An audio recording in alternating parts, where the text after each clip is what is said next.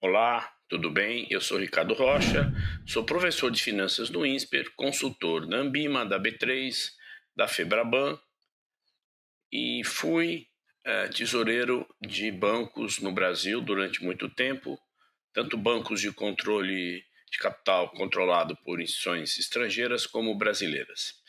É um prazer, uma honra estar aqui falando para vocês.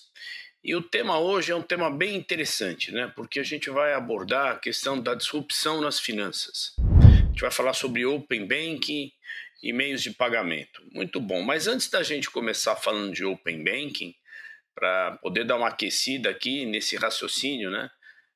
Afinal, estou falando para gente muito competente, muito preparada, muito inteligente, dizer que todo esse processo de avanço tecnológico em cima do sistema financeiro, e com destaque, com grande apoio das autoridades monetárias, tanto no Brasil como fora do Brasil, vai ter um empurrão, vamos dizer, a partir da crise do subprime em 2008, onde você tem dois movimentos que ocorrem paralelamente. Nos mercados internacionais surgem as primeiras fintechs, que ninguém sabia direito como que ela iria atuar, né? Como é que ela iria acessar o cliente num novo mundo sem barreiras, mas aí você tinha a questão da barreira digital, nós estamos falando aí de 12, 13 anos atrás, e um outro ponto importante é a questão regulatória, né? Como é que as autoridades monetárias iriam enxergar a entrada de novos ofertantes de serviços no mundo que era extremamente regulado, que é o mundo financeiro.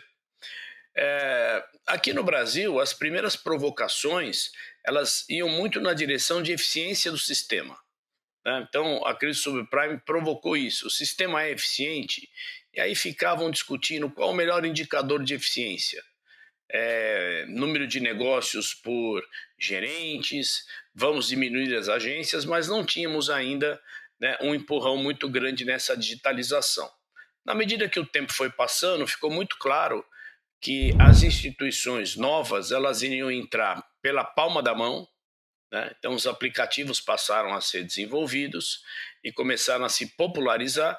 Um detalhe, todos nós sabemos que tem mais celular no Brasil do que pessoas, né? Em média tem quase 2 celulares por habitante no Brasil. E aí esses investimentos em fintech, eles vão chegar no Brasil de forma intensa, e os bancos centrais passam a enxergar neste movimento disruptivo de digitalização uma grande oportunidade. Muito bem. Qual o grande problema quando a gente quer fazer inclusão, né, no sistema financeiro? Bancarizar. Primeiro desafio é definir o que é bancarização. Tá? Não temos uma definição única, não tem um livro-texto que é aceito de maneira universal. Tá? Então, alguns acham que um indivíduo, um cidadão, que tenha um cartão private label de qualquer loja, ele é bancarizado porque ele tem acesso a crédito. Então, um dos conceitos é um pequeno, mas tenho acesso a crédito. Outros acham que você precisa ter uma conta corrente para o sistema te enxergar, né? O sistema como um todo. Aí vem a questão, como o sistema como um todo vai enxergar um indivíduo se você não tem compartilhamento dos dados? Muito bem, essa iniciativa ou essa vontade de compartilhar dados vai levar ao surgimento de um conceito chamado Open Banking, ou seja, um sistema aberto. A iniciativa começa na Inglaterra por parte dos bancos e é bem recebida pela autoridade monetária inglesa e se espalha, né? Uma das coisas muito interessantes da gente perceber é que tudo que é ligado à regulação do setor financeiro rapidamente se comunica, né? É um trabalho muito interessante e aqui vale um destaque, um reconhecimento ao nosso Banco Central do Brasil, que está sempre na vanguarda, sempre acompanhando o estado da arte nessas mudanças, tanto regulatórias como mudanças ligadas ao impacto da tecnologia nos negócios. Muito bem.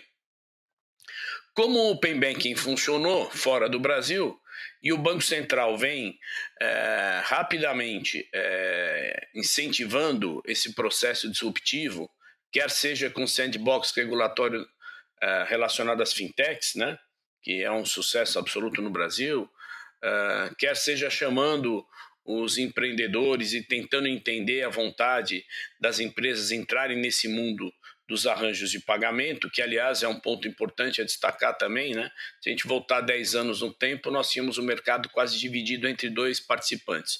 Hoje nós temos aí mais de 10 participantes, o que é fundamental, porque a concorrência motiva tanto o investimento como um usuário mais satisfeito com um custo de produto mais barato. Então, o Banco Central, aqui no Brasil, entendeu que caberia a ele incentivar esse processo e iniciou, um tempo atrás, audiências públicas para entender como é que o mercado avaliava a questão de ter um sistema aberto. Muito bem, então, em 1º de fevereiro desse ano, inicia-se o Open Banking aqui no Brasil. Ele vem em fases. A primeira fase é mais ou menos assim: eu estou aqui, eu existo, né? A segunda fase, que começou em agosto, é compartilhamento de dados, porque se eu não conseguir compartilhar dados, ou seja, o meu CPF, os meus dados bancários, né, compartilhado pelo sistema, eu só serei visto pelo banco que eu tenho conta. E qual a ideia por trás disso? É que mais bancos tenham acesso às suas informações e, obviamente, com isso, acredita-se que haverá uma briga, no bom sentido, por bons clientes, né? E provavelmente oferecendo produtos melhores, mais estruturados, mais baratos, crédito mais acessível. A terceira fase está iniciando agora, e aí vai entrar o Pix nessa terceira fase, que vale um destaque aqui, que em novembro o Pix completa 1 ano, absoluto sucesso. Aqui volto também a dizer que parabéns ao Banco Central. E a última fase do Open Banking, se ela seguir no cronograma, que vai ser dezembro desse ano, aí você vai ter um conceito mais aberto ainda. Pelo fato que todo mundo já conhece, teve acesso às informações, iniciaram-se as operações com arranjos de pagamento e Pix. A quarta fase é a oferta ampla de produtos. Tanto é que a gente hoje já discute aqui no Brasil ampliação do conceito. A gente sai do Open Banking e vai para o Open Investment, né, para o Open Insurance. Então você vai começar agora a plugar nesse conceito de arquitetura aberta todos os produtos e serviços. Então nós temos aqui alguns movimentos que vale o destaque. Meios de pagamento, nós temos hoje várias empresas novas entrando, a questão da adquirência, tem empresa abrindo capital, é um avanço fantástico o que a gente tem visto nos arranjos de pagamento, né? Temos o Pix, que é absoluto sucesso, e agora caminhamos para uma arquitetura aberta, onde teoricamente todos terão acesso aos dados dos clientes bancários e com isso você promove uma possibilidade de um melhor serviço, um melhor produto e um melhor preço.